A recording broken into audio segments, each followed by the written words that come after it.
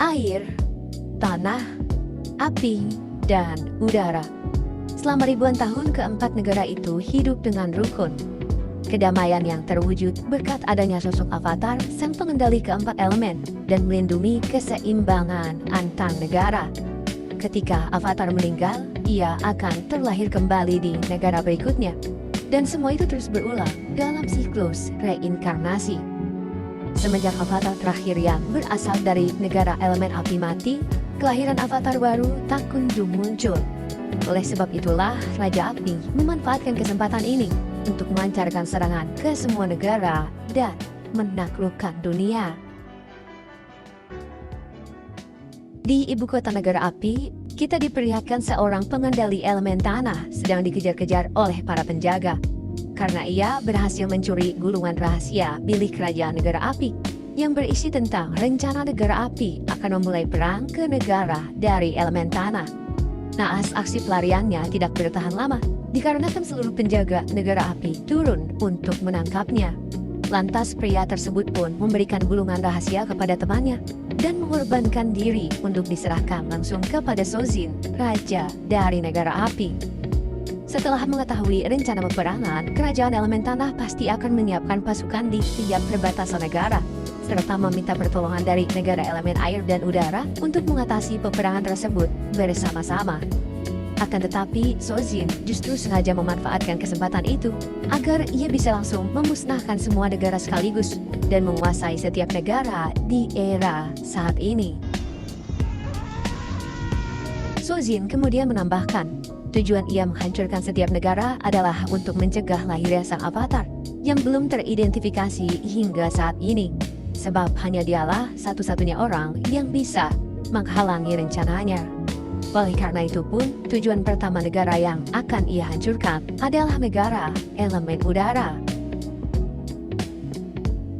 Kita beralih ke negara elemen udara, tepatnya berada pada kuil udara selatan. Terlihat seorang biksu muda bernama Eng yang merupakan pengendali udara terbaik di antara biksu lain di negara udara. Kebetulan seluruh biksu akan berkumpul di kuil udara selatan untuk merayakan festival komet besar bersama-sama.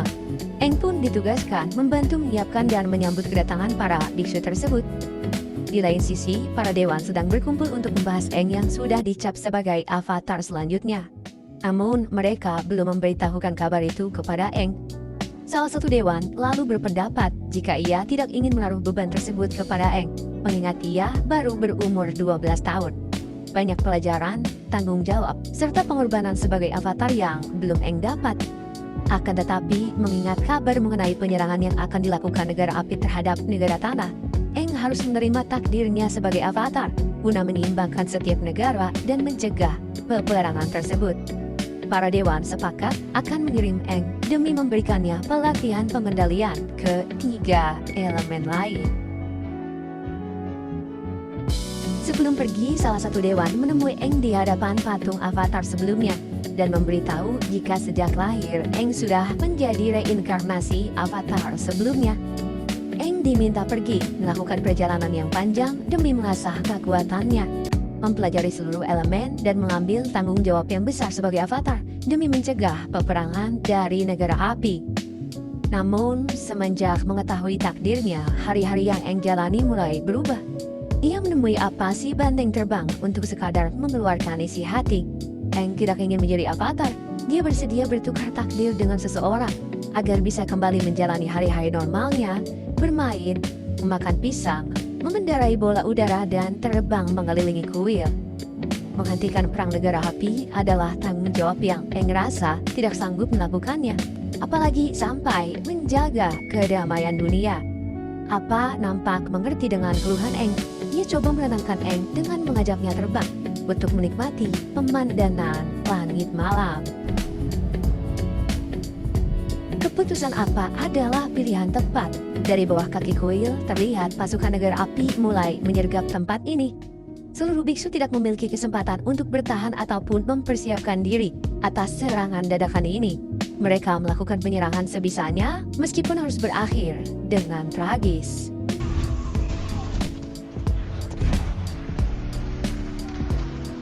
Sementara itu, Eng tiba-tiba memiliki firasat nggak enak dan meminta apa untuk membawanya kembali pulang.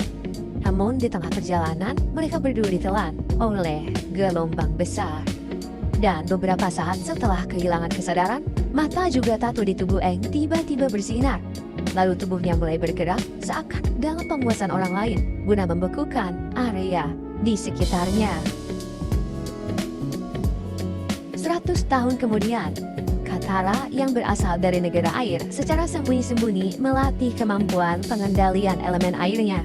Namun Katara dan kakaknya yang bernama Sokka tidak tinggal di kerajaan air, melainkan di Teluk yang merupakan tempat bagi orang-orang negara air tanpa kemampuan pengendalian.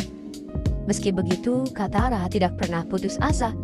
Dia adalah satu-satunya pengendali elemen air di dalam keluarganya, dan Katara tidak ingin menyia-nyiakan kemampuannya. Hari ini, Sokka mengajak Katara mencari ikan di sekitaran teluk. Sokka sempat menyinggung kebiasaan Katara yang melatih kemampuan pengendaliannya, dan ia juga memperingatkannya agar tidak menunjukkan kemampuan itu kepada siapapun.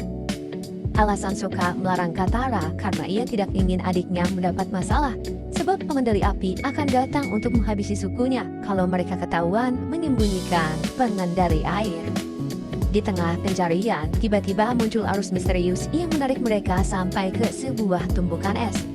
Katara lalu menyadari ada yang aneh dengan gumpalan es di hadapannya. Saat Katara coba menarik perahu yang ia tumpangi, gumpalan es tersebut mulai retak hingga meledak, mengeluarkan energi murni yang berhasil diketahui oleh Zuko, cucu Raja Negara Api terdahulu, yang saat ini sedang berlayar di dekat wilayah tersebut. Takdir mempertemukan mereka bertiga. Eng berhasil selamat berkat gumpalan es tersebut dan menghanyutkannya hingga ke sini. Katara kemudian berinisiatif membawa Eng pulang untuk diobati.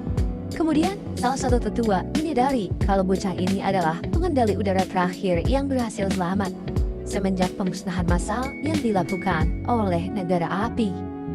Sementara itu, Zuko melaporkan cahaya yang ia lihat pada pamannya yang bernama Iroh dan meyakinkan beliau kalau cahaya tersebut berasal dari kekuatan Avatar. Selama 3 tahun terakhir, ia sangat berhasrat menangkap Avatar dan mengarahkan segala cara demi mendapatkannya. Semua upaya Zuko dia lakukan sebab Ozai, ayahnya sendiri sekaligus Raja Negara Api saat ini, mengasingkan Zuko dan memaksanya mencari keberadaan Avatar jika ingin kembali ke Negara Api.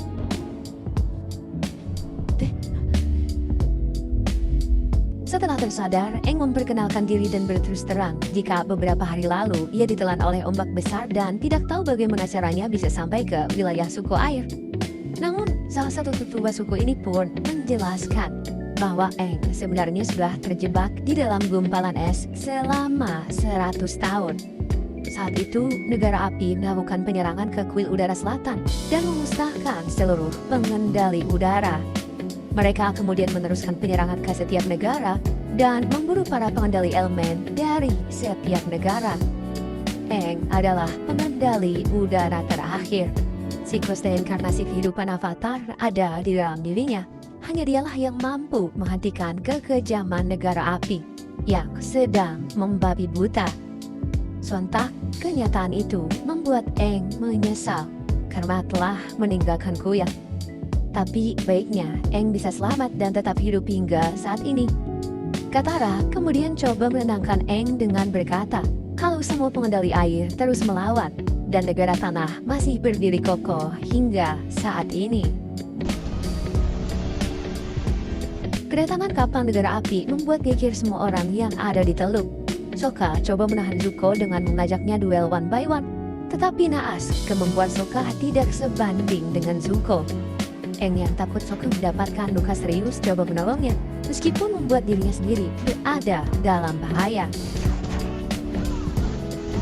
Melihat kondisi yang bisa menyebabkan banyak korban, Eng kemudian memilih mau menuruti kemauan Zuko agar dibawa untuk diserahkan ke Raja Api Ozai.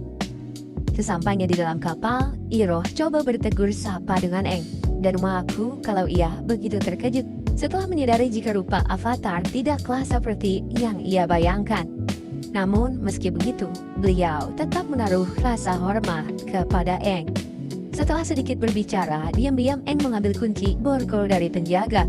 Kemudian menyelinap keluar hingga sampai ke kamar pribadi Zuko. Dan di sini ia mendapatkan gambar para avatar terdahulu dan menyimpannya. Naas, aksi Eng tidak bertahan lama. Zuko berhasil memergokinya, lalu meminta para penjaga untuk menangkap Eng kembali. Tidak peduli meskipun ia harus terluka. Beruntung, Eng berhasil ditangkap oleh Sokka bersama Katara. Mereka menggunakan apa dan memutuskan untuk terbang menyelamatkan Eng. Zuko masih coba menembak apa dengan apinya. Beruntung, Katara berhasil mengeluarkan potensi kemampuan pengendalian airnya untuk menahan itu semua. Can't believe you guys came for me. Petualangan mereka bertiga dimulai dari sini.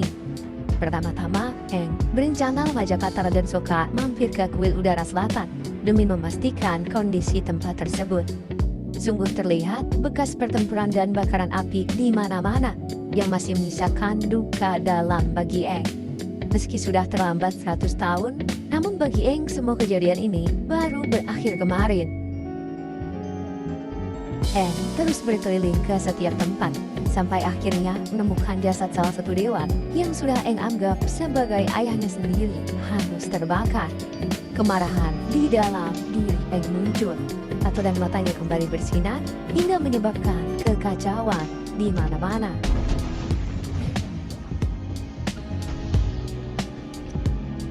Eng berhasil mengendalikan amarahnya.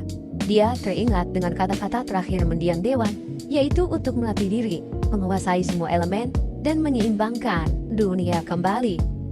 Manusia memang begitu. Setelah kita kehilangan sesuatu yang penting dalam hidup, barulah kita sadar betapa berharganya hal tersebut dan membuat kita berusaha untuk mendapatkannya kembali bagaimanapun caranya.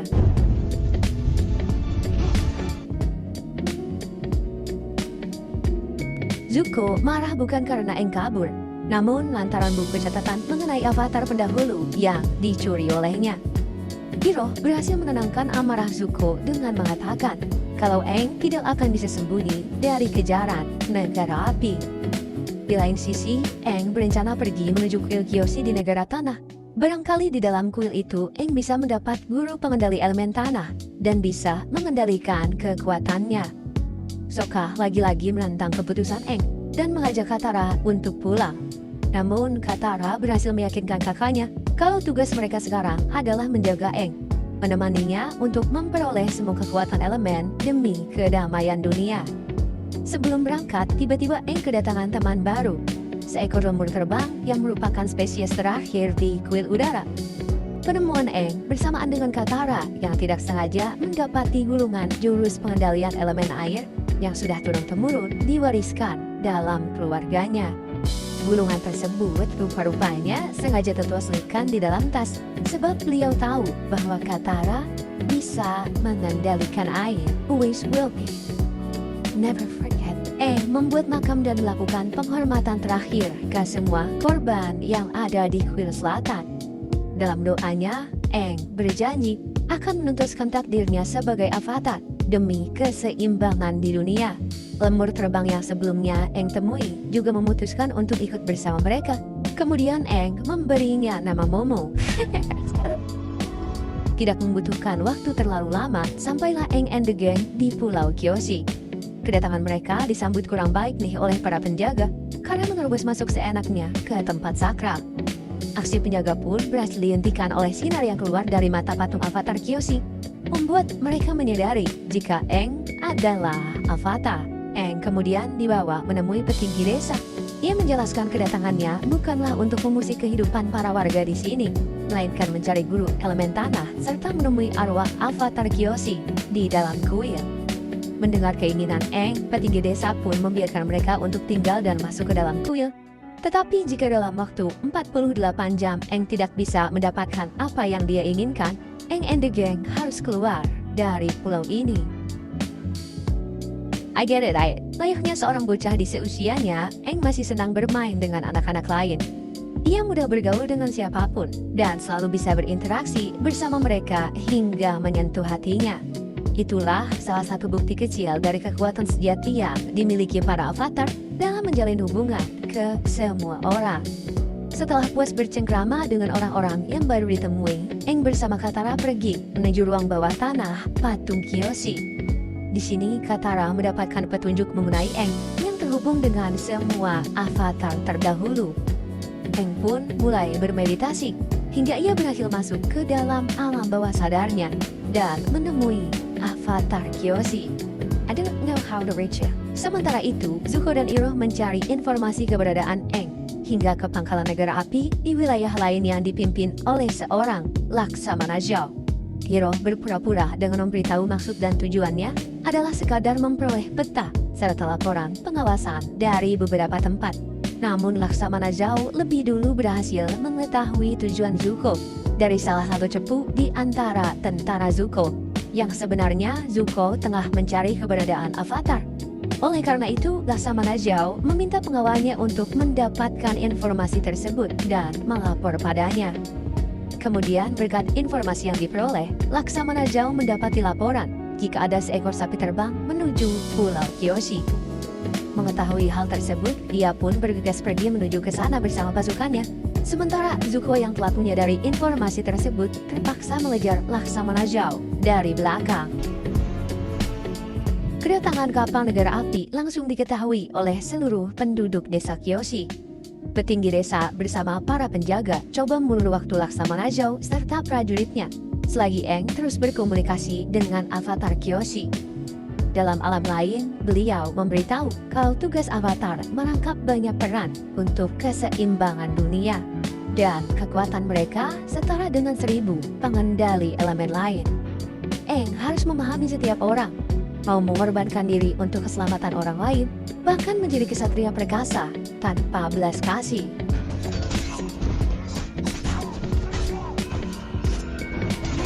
Tidak lama kemudian, Zuko berhasil menyusul Laksamana Zhao dan lebih dulu mendapati lokasi Aang bersama Katara berada di hadapan patung avatar Kyoshi.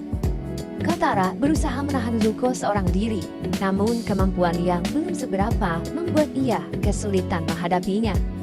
Avatar Kyoshi kemudian mencontohkan pada Aang bagaimana cara dia menjadi avatar tanpa belas kasih dengan melawan prajurit negara api yang sedang menyerang desa ini.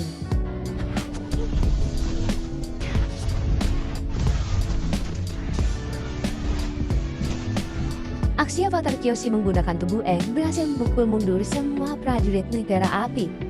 Aang menyadari kalau ini semua adalah kesalahannya. Namun, petinggi desa justru merasa beruntung karena harapan semua orang akhirnya terwujud setelah mengetahui avatar telah kembali untuk menghentikan penyerangan negara api. Waduh, merinding coy. Aang and the gang tidak bisa berlama-lama lagi di desa ini. Sebelum pergi, salah satu penjaga desa membasahi bibir Sokka dan menitipkan kipas kepadanya agar ia selalu ingat dengan dirinya. Sesuai arahan dari avatar Kyoshi, perjalanan selanjutnya adalah pergi ke negara air di wilayah utara dan mengunjungi kuil avatar demi memberitahu avatar pendahulu. Beliau juga memperingatkan Aang atas petaka besar yang akan menimpa mereka di sana. Sekembalinya ke atas kapal, Zuko meminta Laksamana Zhao agar mau merahasiakan tentang kemunculan avatar dari siapapun dan melakukan pencarian hanya bersama prajuritnya. Namun, Laksamana Zhao tidak mengindahkan permintaan Zuko dan justru mengadukan kabar ini langsung kepada Raja Api Ozai di kerajaan.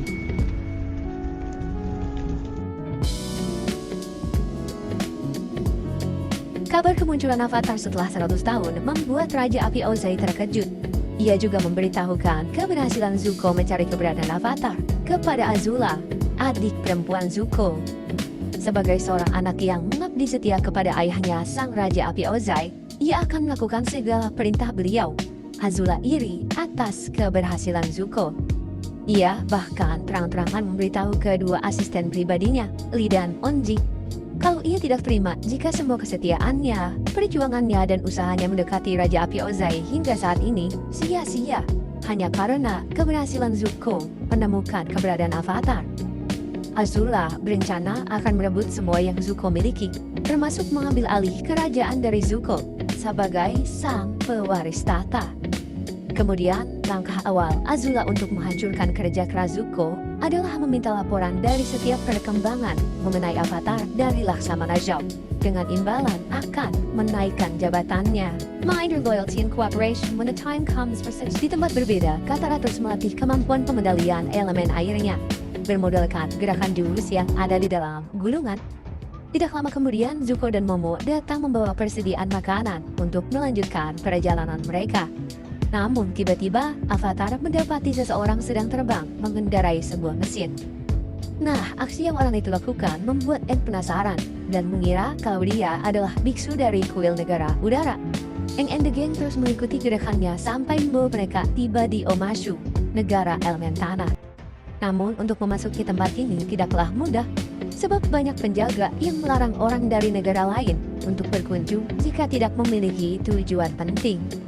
Beruntung, para cantik Katara berhasil memikat salah satu warga negara tanah bernama Jet yang bersedia membantu mereka untuk bisa melewati para penjaga. My brother-in-law would agree if he could speak. Setibanya di dalam, Aang bertemu dengan Theo, pengendara mesin terbang yang mereka kejar hingga sampai ke sini. Secara tiba-tiba, mereka dikejutkan oleh sebuah ledakan besar yang terjadi di salah satu rumah. Bapak Theo kemudian datang, membawa Theo serta Aang and the gang pergi mengamankan diri di rumahnya. Di sini, Theo menjelaskan kalau ledakan itu mungkin saja disebabkan oleh mata-mata dari negara api, karena mereka tersebar di negara tanah ini. Tidak banyak tempat aman di kerajaan tanah Omashu. Kerajaan ini merupakan benteng pertahanan terakhir bagi rakyat biasa sepertinya.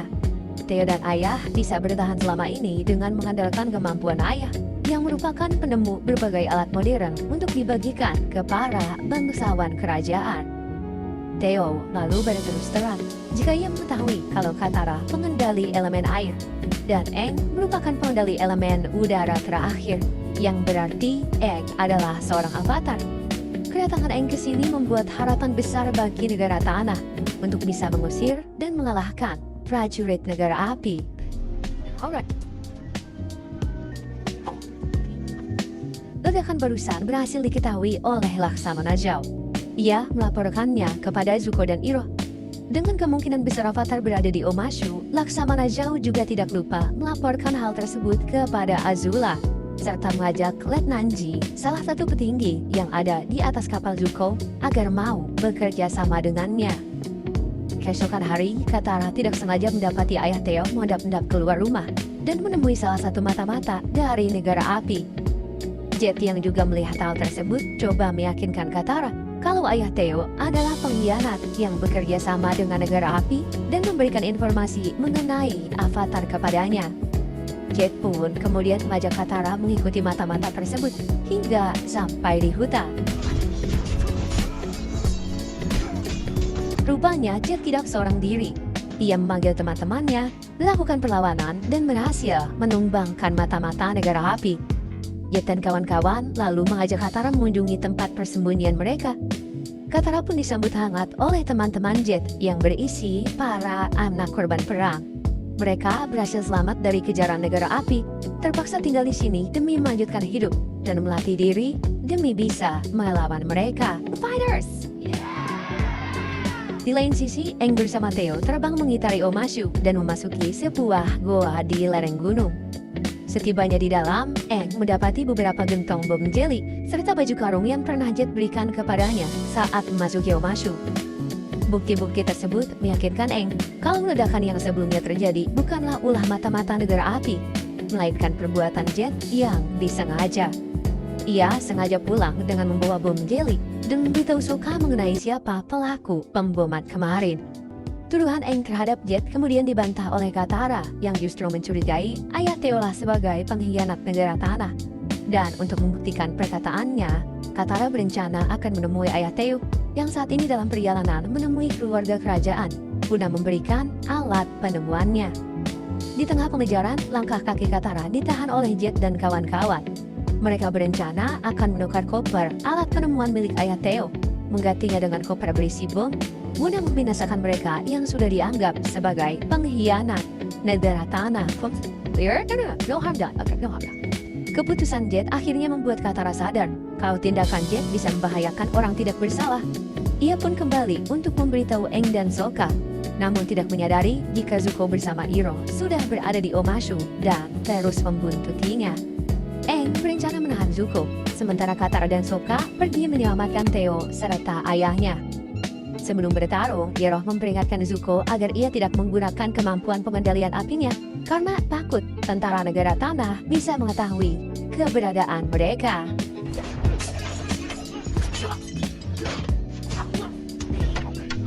Katara dan Zuko menaiki kendaraan batu menuju tempat pertemuan ayah Theo.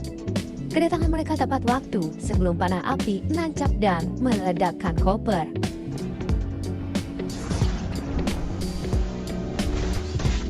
Kelincahan Aang membuat Zuko jengkel. Ia terpaksa mengeluarkan kemampuan pengendalian apinya hingga membakar area sekitar. Kebakaran tersebut berhasil memancing para prajurit negara tanah datang menghampiri Zuko. Namun Iroh coba melindunginya dengan memperlihatkan pengendalian api miliknya ke hadapan para tentara hingga ia harus tertangkap. Begitu juga dengan Aang yang mengalami nasib sama seperti beliau.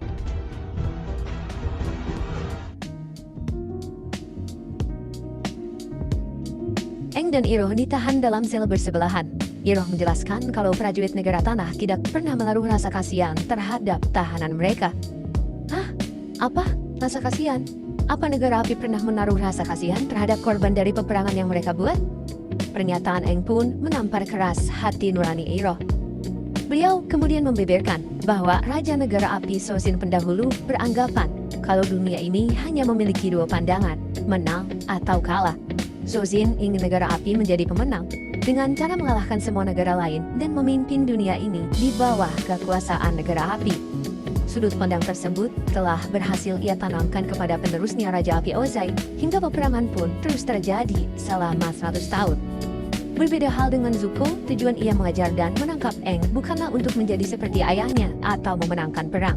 Zuko hanya ingin mendapatkan kembali haknya sebagai pewaris tahta, membuktikan kehebatannya di hadapan Raja Api Ozai dan harga dirinya sebagai seorang pria. Di tengah pembicaraan, beberapa penjaga lalu datang membawa Iroh menuju kamp kerja paksa Kerajaan Tanah, sementara Aang dibawa menghadap Raja Kerajaan Tanah. The prisoner request. Kita kembali sebentar ke 100 tahun silam, memperlihatkan Aang yang berada di Omashu sedang mengobrol dengan Bumi, teman sedari kecilnya. Bumi sendiri merupakan seorang anak yang memiliki kekuatan pengendalian tanah paling mahir di antara anak seusianya. Semakin ia tumbuh besar, semakin kuat juga kekuatan pengendalian Bumi. Hingga dia pun dinobatkan sebagai raja dari negara tanah. It's supposed to be a battle. Sure. Bumi menyambut hangat kedatangan Aang dengan menyuguhkannya berbagai jenis makanan. Tetapi sambutan ini bukanlah tujuan utamanya. Bumi mulai mengungkapkan keluhannya kepada Aang karena ia tertidur di dalam gumpalan es selama 100 tahun dan melewatkan peperangan. Di manakah Avatar saat dunia membutuhkannya? Bumi mengira kemampuan Aang masih sangatlah lemah. Oleh karena itu pun ia membawanya untuk melakukan uji coba dengan pertarungan. To that death. Di lain sisi, ayah Theo akhirnya berterus terang bahwa benar dia selama ini memang kaki tangannya negara api, menciptakan beberapa rancangan senjata untuk diberikan kepada mereka agar negara tanah ini bisa aman dan kehidupannya terus berlanjut dengan aman hingga saat ini. Mendengar kenyataan itu pun membuat Theo dan Sokka begitu kecewa. Namun mereka mengesampingkan itu semua, sebab untuk saat ini keselamatan Aang dan mengeluarkannya dari dalam penjara adalah hal yang utama. Ayah Tom tiba-tiba teringat dengan sebuah terowongan di bawah gunung yang bisa mengantar mereka sampai ke dalam penjara. Tetapi masalahnya, terowongan tersebut dijaga oleh para roh. Dengan menerima semua konsekuensinya, Katara dan Sokka bersedia untuk masuk ke sana.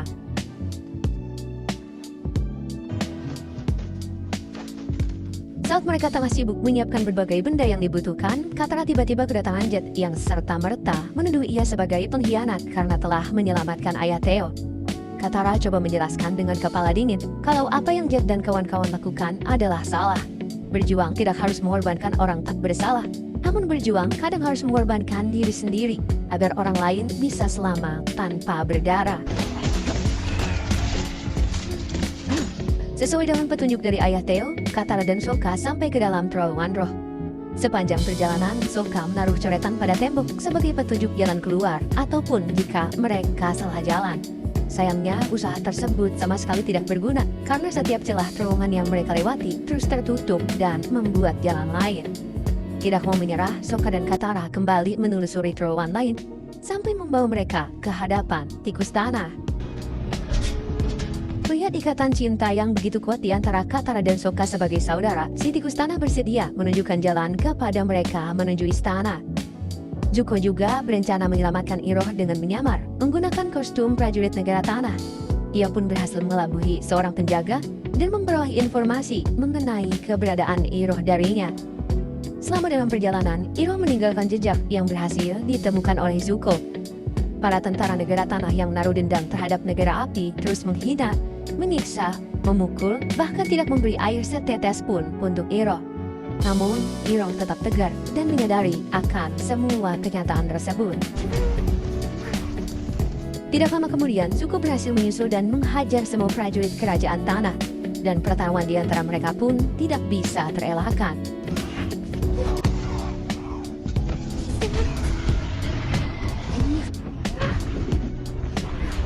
Pertarungan antara keduanya tidak bisa dihentikan. Bumi mengerahkan semua kemampuan meski hanya sekadar menguji kemampuan Aang. Beruntungnya, Sokka dan Katara berhasil datang tepat waktu untuk menghentikan pertarungan sia-sia ini. Bumi juga akhirnya sadar jika tidak ada yang perlu dibuktikan. Mau sekuat apapun musuh yang akan Aang hadapi, ia pasti bisa mengalahkan mereka dengan bantuan teman-temannya. Tidak lama kemudian, para penjaga memberi kabar bahwasannya negara api memulai penyerangan langsung ke Omashu. Ayah Theo tiba-tiba datang membawa segala informasi mengenai kelemahan senjata ciptaan yang sudah ia berikan kepada negara api sebelumnya. Rupanya ini juga merupakan rencana dari bumi jika sewaktu-waktu negara api melakukan penyerangan ke negara tanah. Di lain sisi, Zuko dan Iroh berhasil melarikan diri sebelum prajurit negara tanah lain menemukan keberadaan mereka.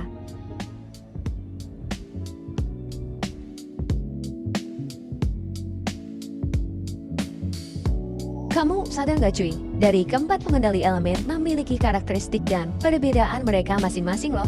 Terutama perbedaan dari pakaian mereka yang sangat kontras. Mulai dari pengendali elemen udara dengan warna orange-nya yang memberikan kesan semangat, elemen air dengan warna birunya yang memberikan kesan atas kepercayaan, loyalitas, tanggung jawab, kepercayaan, dan keamanan. Kemudian elemen tanah dengan warna hijaunya yang mewujudkan banyak harapan dan keberuntungan, serta elemen api dengan warna merahnya yang identik dengan berani, semangat, dan agresif. Nah, Luffy Rastis berpindah ke Aang dan kawan-kawan yang melanjutkan perjalanan. Mereka lagi dan lagi harus berurusan dengan pasukan negara api. Dengan sekuat tenaga, masing-masing dari mereka menundukkan kemampuannya untuk menyelamatkan diri. Ketika mereka terpojok dan dihadapkan dengan tebing yang curam, namun begitu terkejutnya Aang ketika melihat hutan di bawahnya sudah habis terbakar oleh negara api. Ia menyalahkan dirinya yang telah gagal sebagai seorang avatar dalam melindungi alam. Secara tidak sengaja, Sokka bertemu dengan gadis kecil yang terlihat ketakutan di dalam hutan. Sayangnya ketika gadis itu mulai terbuka dengannya, ia tiba-tiba lari setelah melihat Katara dan Aang. No way!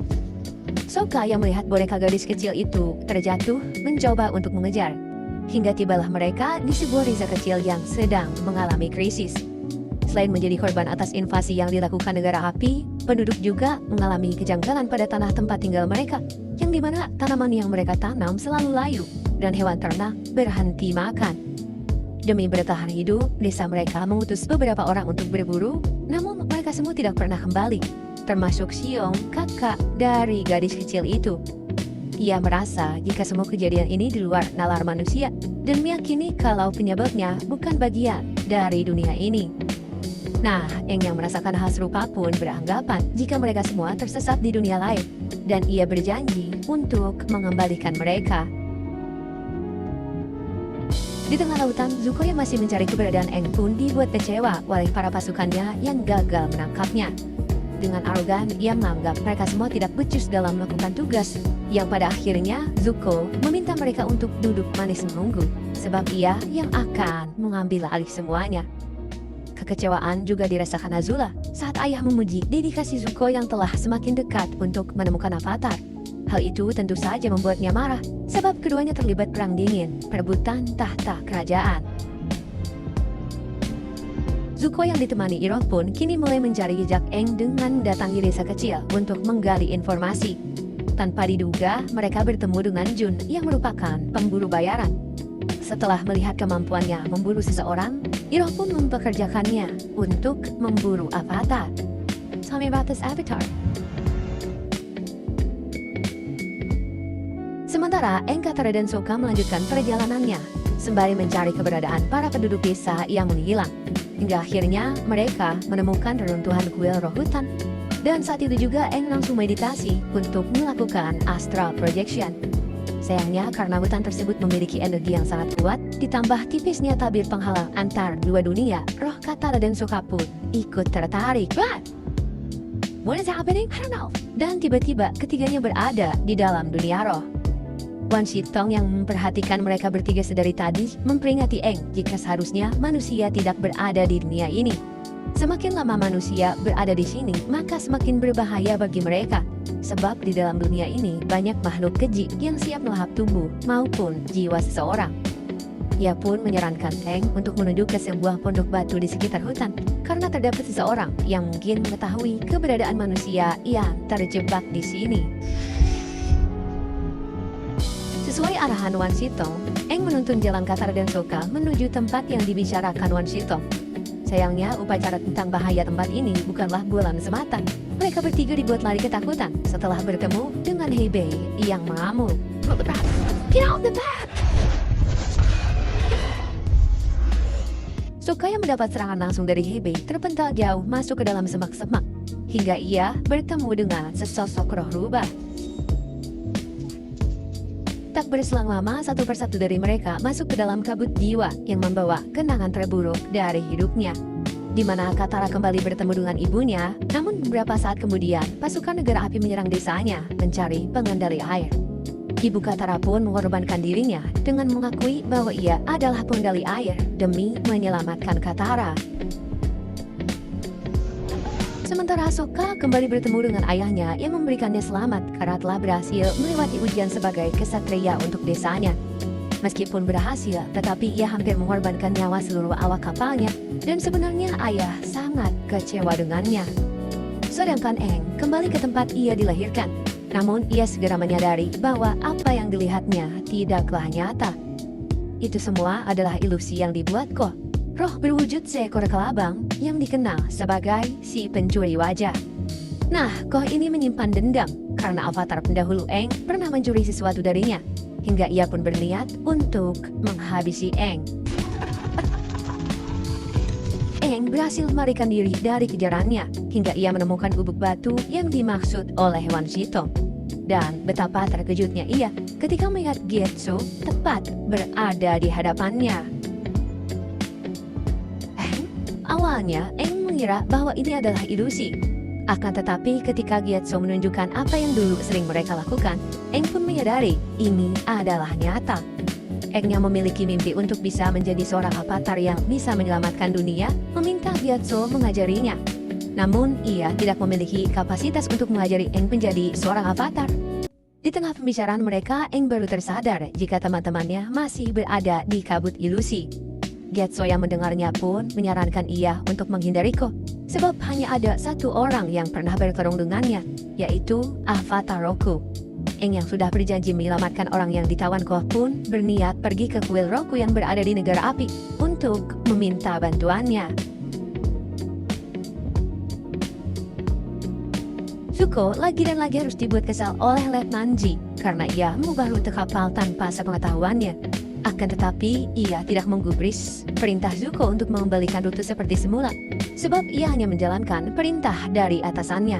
Dan tiba-tiba, Laksamana Zhao datang dengan membawa surat perintah dari Raja Api Ozai yang mengutus dirinya untuk mengambil alih operasi penangkapan Avatar, Ebon Admiral. Dengan berat hati, Zuko pun tidak mau menerima semua ini, sebab perbedaan hierarki di antara keduanya. Di sisi lain, Aang telah sampai di kuil Avatar Roku. Namun ia mendapat sambutan yang tidak menyenangkan oleh para penjaga kuil, sehingga ia memilih untuk melarikan diri. Namun tiba-tiba ia diselamatkan oleh Shu yang langsung menuntunnya ke ruangan Avatar Roku. Shu merupakan satu-satunya penjaga kuil yang masih percaya kalau Avatar adalah harapan bagi persatuan dunia. Tidak seperti penjaga kuil lainnya yang berubah mempercayai Raja Api Ozai. Ia rela dianggap sebagai pengkhianat dan mempertaruhkan nyawanya agar bisa memberi Aang waktu untuk bermeditasi dan bersabar. Sementara, Aang akhirnya bisa bertemu dengan Avatar Roku. Ia langsung saja meminta saran untuk mengalahkan Ko. Sayangnya Avatar Roku tidak dapat membantunya untuk mengalahkan Ko, sebab ia tidak pernah mengalahkannya, namun ia hanya pernah merenggut sesuatu darinya. Ia mencuri totem ibu segala wajah, yang dimana itu merupakan roh kuno yang memberikan wajah bagi semua makhluk hidup, dan roh itu adalah ibu dari Ko. Mendengar hal tersebut, Aang menyadari jika totem itu bisa dijadikan alat tukar dengan Ko. Setelah berkomunikasi dengan Avatar Roku, Aang mengambil totem ibu segala wajah. Dan ketika ia meninggalkan ruangan Avatar Roku, betapa terkejutnya ia melihat semua penjaga kuil telah lumpuh. Dan tiba-tiba,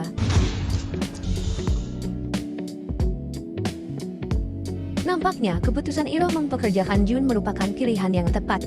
Ia dengan mudahnya menangkap Avatar dan langsung memberikannya pada Zuko dan Iroh. Di tengah perjalanan, Aang meminta pada Zuko dan Iroh untuk melepaskannya sementara, agar ia bisa menyelamatkan teman-temannya yang sedang dalam bahaya.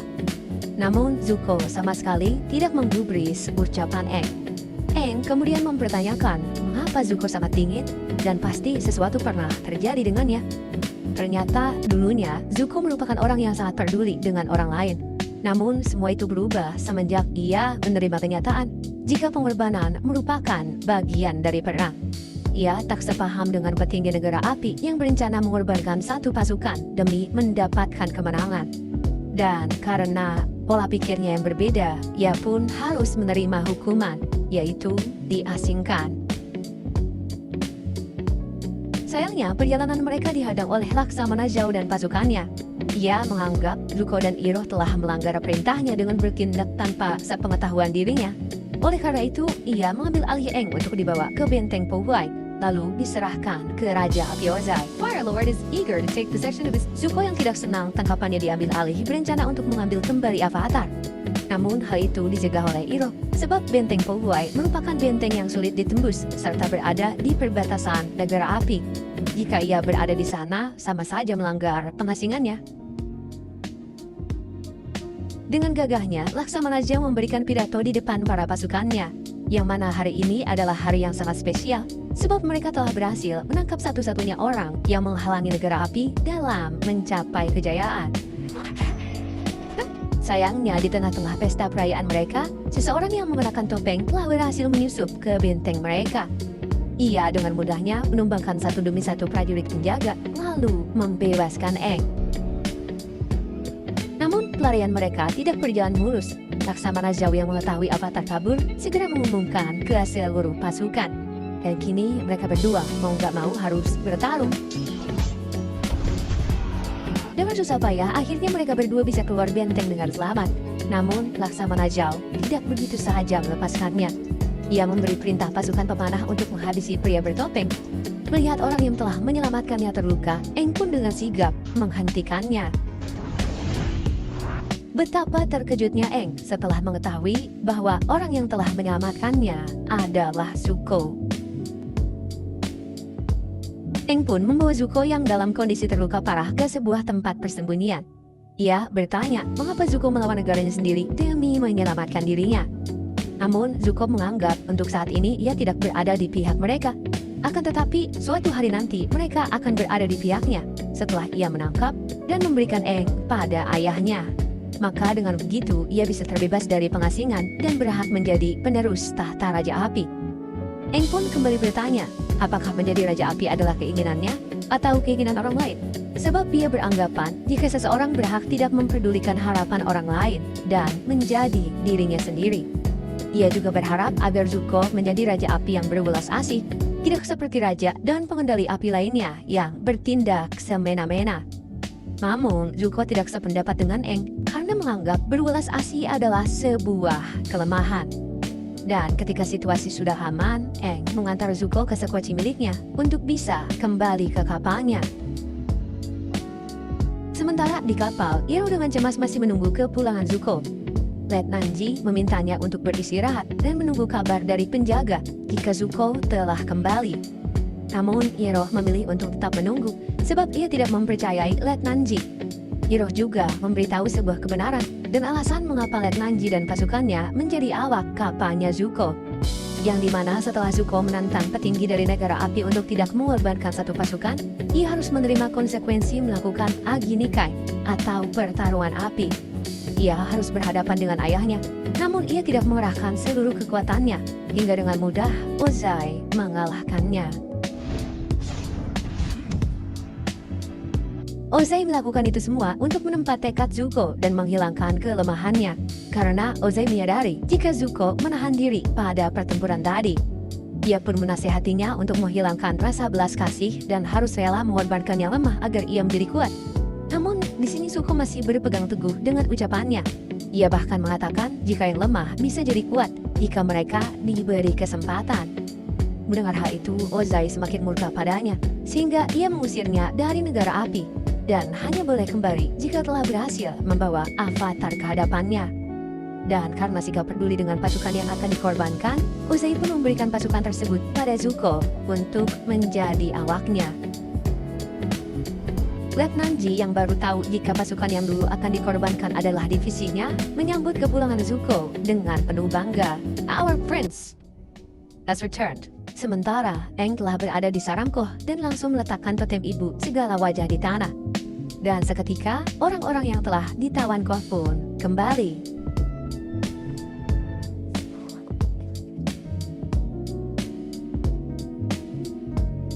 Letnan Ji yang kini berada di pihak Zuko memberitahu jika Raja Api Ozai mengutus pengawalnya membawa pulang Zuko untuk disidang karena telah berkhianat.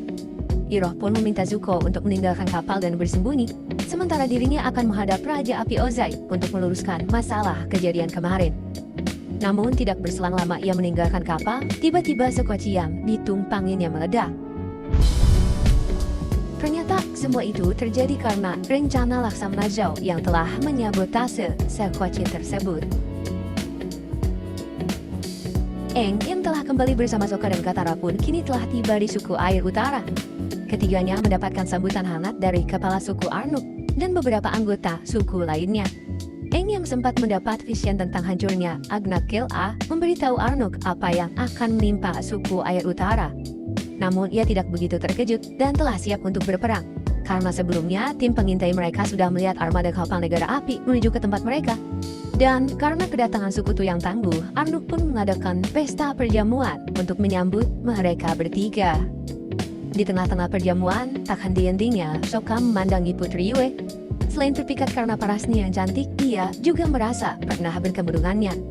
Ketika mereka berdua berbincang, Putri Yue mengakui pada saat dirinya berwujud rubah, ia pernah bertemu dengan Sokka di dunia roh. Ia pun bercerita tentang masa kecilnya, yang dimana ia pernah sakit parah dan ayahnya memohon pada roh untuk memberinya kesehatan. Permohonan ayahnya pun secara ajaib dikabulkan oleh roh bulan yang memberikan sebagian rohnya pada Putri Yue. Dan karena itu, rambutnya berubah menjadi berwarna putih dan menjadikannya manusia setengah roh yang bisa menjembatani dua dunia. Sementara Pakku meminta Katara untuk menemui Yagoda yang merupakan salah satu pengendali air perempuan terbaik di suku air utara. Katara yang menemui Yagoda untuk berburu pun dibuat takjub olehnya.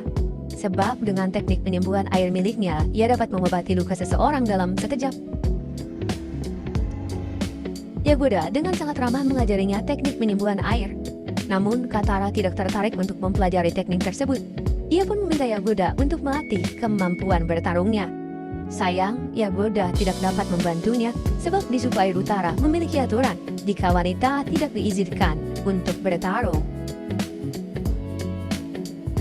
Di lain sisi, Aang bermeditasi di kuil avatar Kuruk untuk bertemu dengannya. Hello, Aang bercerita jika saat ini suku air utara sedang dalam bahaya karena negara api akan menyerangnya. Ia meminta avatar Kuruk untuk mengambil alih tubuhnya dan menyalurkan kekuatannya seperti yang dilakukan avatar Kyoshi. Namun avatar Kuruk tidak bisa melakukannya, sebab selama ia menjadi avatar, ia menghabiskan waktunya untuk berperang melawan roh jahat yang nyaris memasuki dunia manusia. Imbas dari peperangan tersebut membuat jiwanya menjadi kotor dan tubuhnya rusak. Oleh karena itu, ia tidak akan mampu mengendalikan wujud avatar. The Spirit Storm. Ia juga menasihati Aang untuk berjuang sendiri, karena jika tidak, orang-orang yang ia sayangi akan menderita. Aneh. Katara menemui Pakku untuk menanyakan di mana posisinya saat bertempur melawan negara api. Namun, ia kembali harus menerima kenyataan pahit saat Pakku tidak mengizinkannya untuk bertempur karena ia adalah seorang perempuan. Katara yang tidak setuju dengan keputusan tersebut pun bersikeras meminta Pakku mengikut sertakannya dalam pertempuran. Akan tetapi, Pakku tetap berpegang teguh pada aturan suku Air Utara. Kekecewaannya pun bertambah ketika Aang memintanya untuk menuruti perkataan Pakku, sebab pertempuran ini berbeda dengan yang selama ini mereka hadapi, yaitu akan banyak korban yang berjatuhan. Can't lose, Sokka.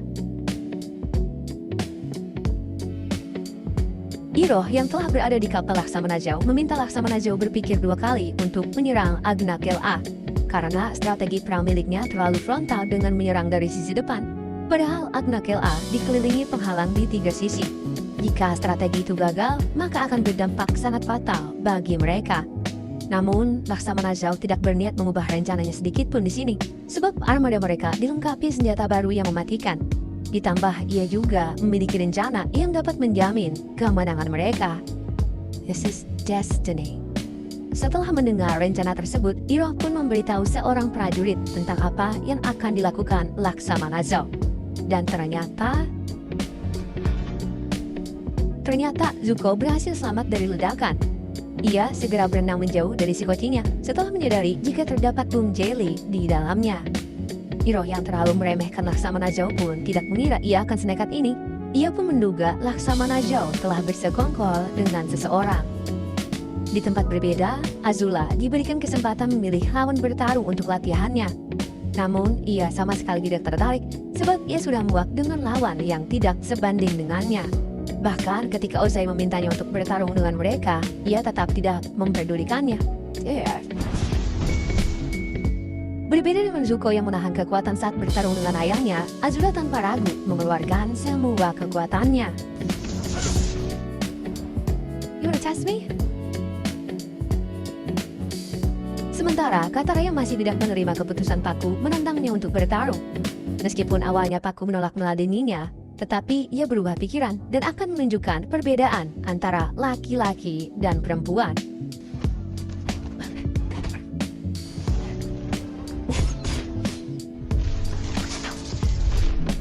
Meskipun Katara harus menerima kekalahan, Pakku tetap memuji kemampuan pemedalian air miliknya. Bahkan anggota suku yang berhasil menyaksikan pertarungan mereka memberikan apresiasi karena telah berhasil mendesak Pakku. Hal yang sama juga dilakukan oleh Sokka dan Aang.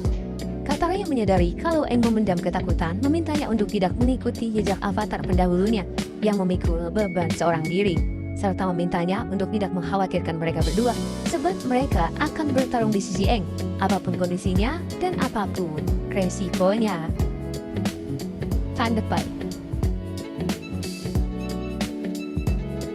Melihat kapal negara api sudah mulai mendekati Agnakel-A, Aang dan kawan-kawan pun mencoba menyerang kapal tersebut secara langsung. Dengan mengandalkan kemampuan ketiganya, mereka dengan sangat mudah menghancurkan kapal tersebut. Meskipun mereka berhasil menghancurkan satu kapal, kemenangan mereka masih sangat jauh, sebab masih banyak kapal yang harus mereka hancurkan.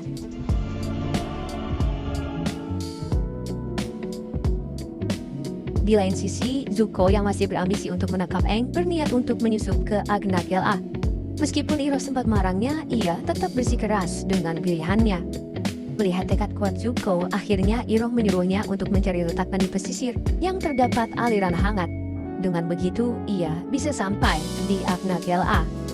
Zuko pun mengucapkan terima kasih kepada Iroh yang selama ini selalu berada di sisinya. Tak lupa, ia memberikan salam perpisahan padanya. Beberapa saat kemudian, Iroh dibuat kebingungan karena kapal komando tidak memimpin serangan. Oleh karena itu, ia bertanya secara langsung pada Laksamana Zhao. Ternyata Laksamana Zhao sedikit mengubah strategi perangnya dengan membuka titik konflik baru. Ia juga menunjukkan sebuah prototipe balon udara yang ia dapatkan dari mata-matanya di Omashu. untuk melewati pertahanan Agna KLA. Sayangnya ketika ingin memberitahu rencana selanjutnya, genderang perang telah berkumandang. Di Agna KLA, para penduduk berusaha menahan setiap serangan yang diluncurkan oleh negara api.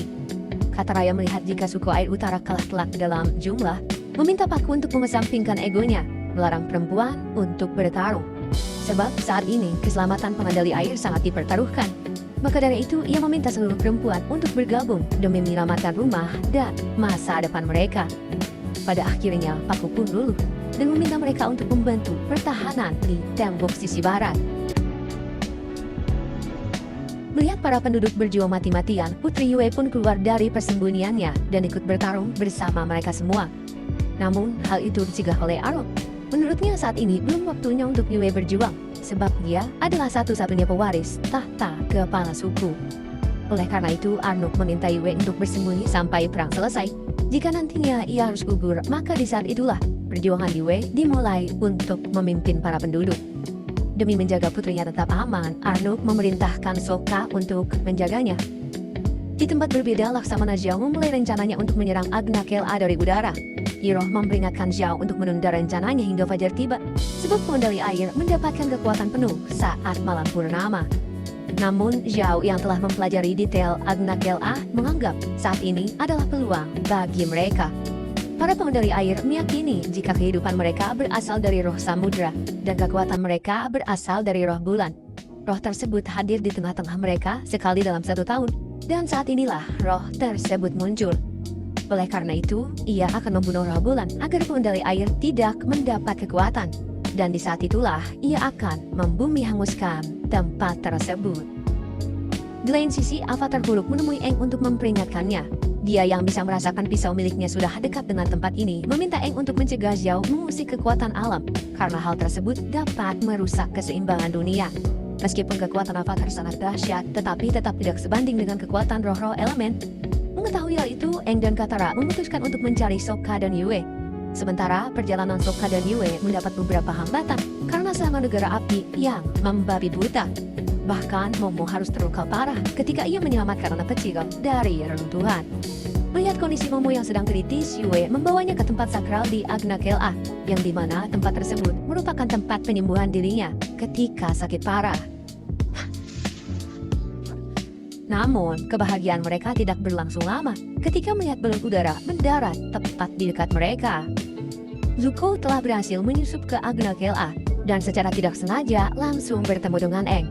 Katara pun meminta Eng untuk bergegas menghentikan Zhao, sementara ia akan bertarung dengan Zuko.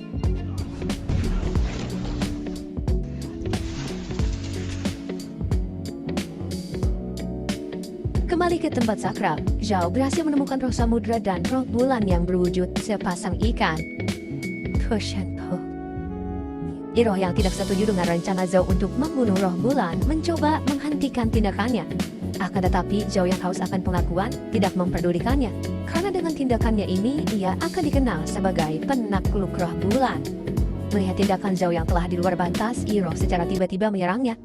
Melihat dua petinggi negara api berseteru, Eng pun memanfaatkan peluang tersebut untuk menyelamatkan roh bulan. Sayangnya, hal itu sia-sia, sebab Zhao berhasil membunuh roh bulan menggunakan pisau avatar Kuro.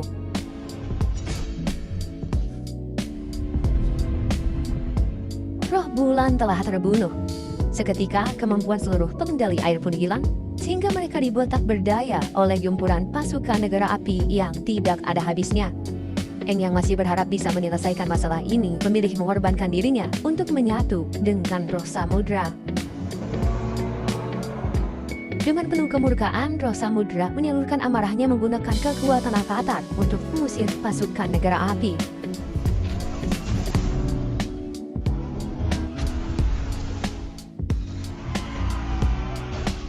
Menyadari hal buruk akan menimpa dirinya, Iroh memutuskan untuk melarikan diri dari tempat itu. Dan tanpa sengaja, ia bertemu dengan Zuko yang berada di reruntuhan bangunan setelah berduel dengan Katara. Ia pun segera mengajaknya untuk pergi. Di tengah pelariannya, Zuko bertemu dengan Zhao. Ia pun terlibat pertarungan dengannya karena telah muak. Setiap rencananya dalam menangkap avatar selalu digagalkan Zhao.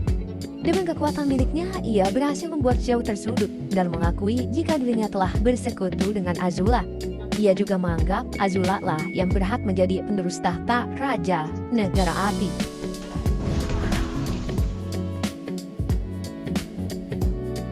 Menyadari keseimbangan dunia akan hilang selamanya, karena Aang telah menyatu dengan roh samudra yang akan terus berkelana mencari pasangannya dengan penuh dendam, Yue pun berniat mengorbankan diri untuk mengembalikan keseimbangan dunia.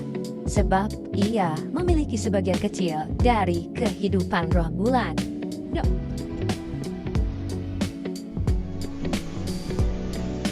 Karena pengorbanan dari Yue, akhirnya Aang bisa terbebas dari ikatan roh samudra dan kembali mendapatkan kesadarannya.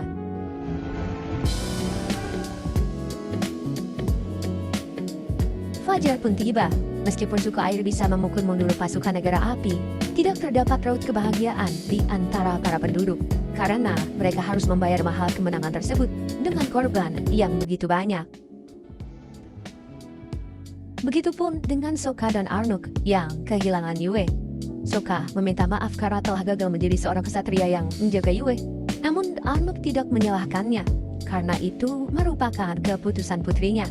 Ia juga memberikan motivasi pada Sokka kalau tidak perlu menjadi seorang kesatria untuk menjadi seorang pahlawan. Sementara Pakku meminta Katara untuk menjadi guru untuk generasi baru pengendali air. Namun Katara menolak sebab ia ingin membantu menyelesaikan perjalanan Aang yang belum selesai. Pakku memberikan Katara sebuah kalung yang berisi air dari Osis Agna Kela sebagai tanda terima kasih dan pengingat kalau mereka pernah berjuang bersama.